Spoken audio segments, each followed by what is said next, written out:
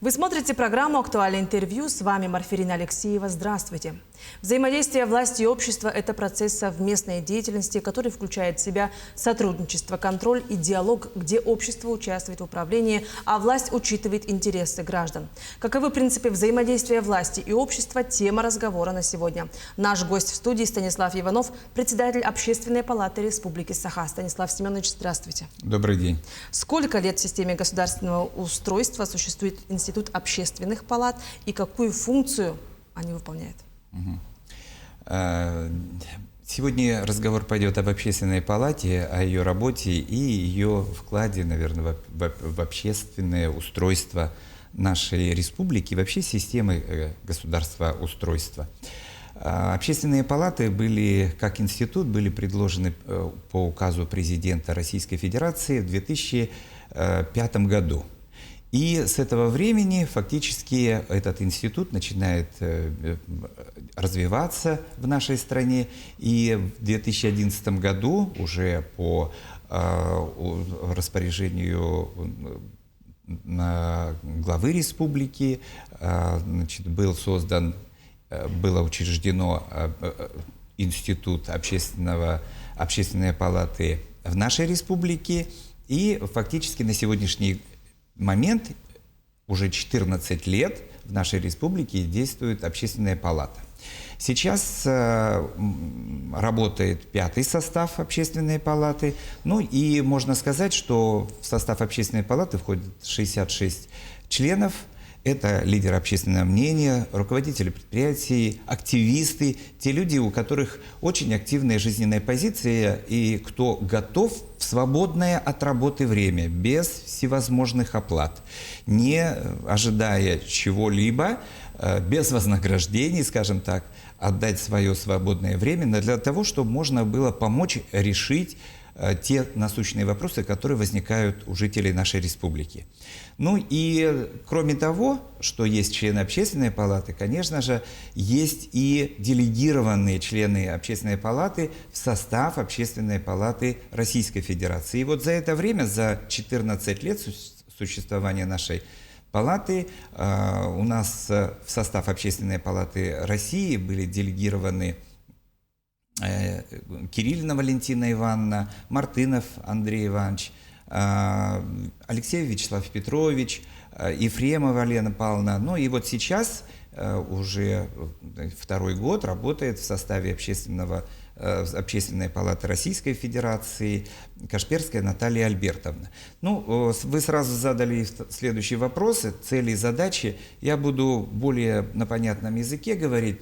Цели и задачи общественной палаты – это тот мостик, который существует для того, чтобы население могло передать свои пожелания, поднять все свои проблемы, которые существуют на местах, а мы могли эти проблемы осветить, поднять и, наверное, определить их, увидеть и постараться донести до власти и найти те пути, по которым можно было бы их каким-то образом исправить. Но фактически мы являемся модераторами между населением, жителями нашей республики и государственной властью. Ну и самое интересное, какие проекты организует и проводит Общественная палата республики?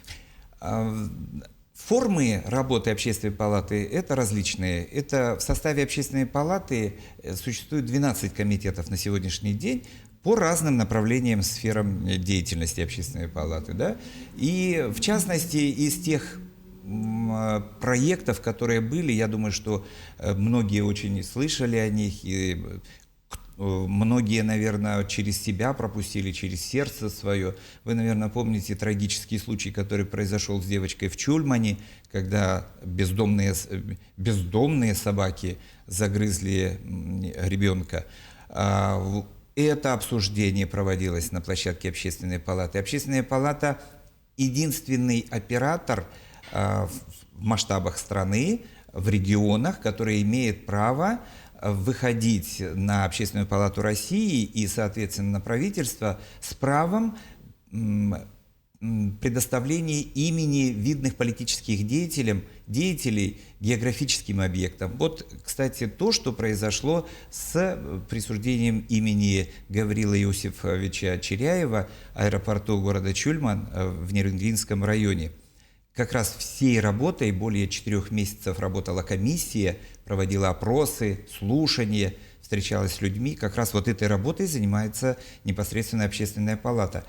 Кроме того, вопросы жилья, вопросы дорог, вопросы здравоохранения, образования, ну и, конечно же, патриотического воспитания и работа с молодежью, эти вопросы все рассматриваются, поднимаются на заседаниях Общественной палаты. Не только заседания, это открытые комиссии, это открытые слушания.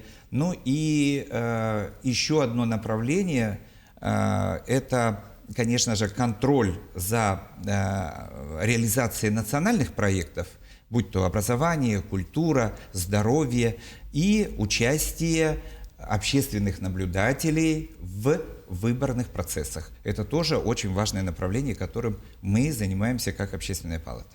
То есть работаете с тем, что волнует действительно граждан? Что волнует, да, и жителей, и то, что происходит непосредственно в настоящее время в нашем обществе. Угу. Ну а как же строится эта работа с населением вашей площадки? Ясно и понятно, что отдельно просто 66 человек, которые представляют Общественную палату, они не могли бы работать самостоятельно. Поэтому во всех улусах, во всех государственных органах исполнительной власти созданы общественные советы.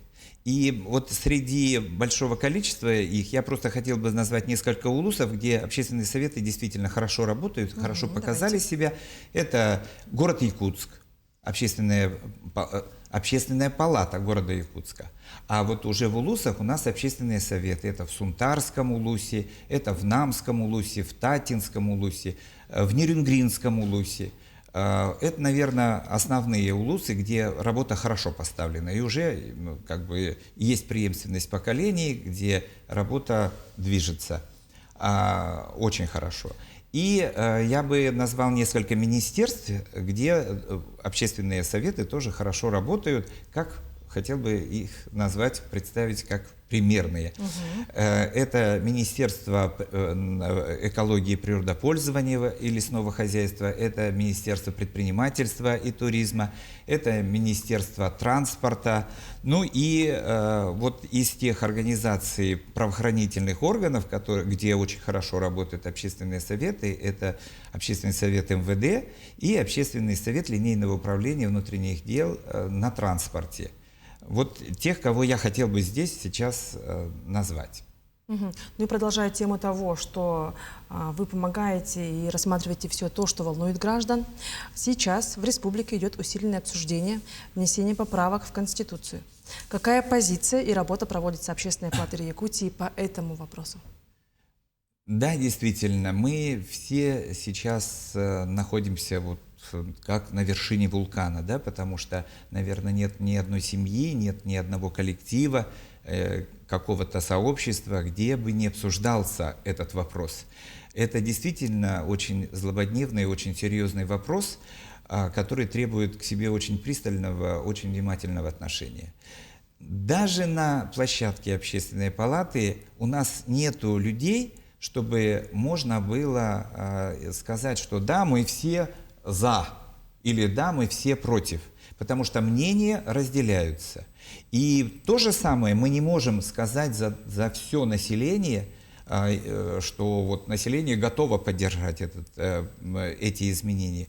Мнения разделяются, но мы должны понимать, что мы сейчас с вами находимся опять на переходном промежутке пути истории человечества, да, и все очень быстро, все очень стремительно меняется, поэтому, возможно, я считаю, что какие-то изменения допустимы, и они возможны в настоящее время. Просто для того, чтобы эти изменения Конституции прошли и были приняты, должна быть очень хорошая разъяснительная работа, должны подключиться к этой работе политики, депутаты, юристы, должно быть очень правильное, представление и разъяснение всех положений, изменений, которые были предложены. И уже после этого можно, наверное, не вслушиваясь в те обсуждения, которые у нас в телефонах, да, на WhatsApp, сколько мы комментариев, да, они всевозможные, и люди просто-напросто, многие заблудились в этих комментариях и не знают, за кем идти. Кто громче всех кричит, у нас порой бывает так, и за ними и идут. А ведь я хотел бы призвать людей, чтобы все немножко подумали, что вот те изменения, которые произойдут и будут внесены, они затронут в первую очередь их лично и их детей. Поэтому я бы призвал наше население все-таки мудро обдумать и изучить, посмотреть те изменения, которые предлагаются, и подойти к этому очень спокойно, без эмоций. И думаю, что уже депутаты смогут на основании всех предложений, которые поступили от населения, сделать правильный и выверенный шаг в выборе и поддержке тех или иных изменений в Конституцию. Ну что ж, Станислав Семенович, спасибо вам.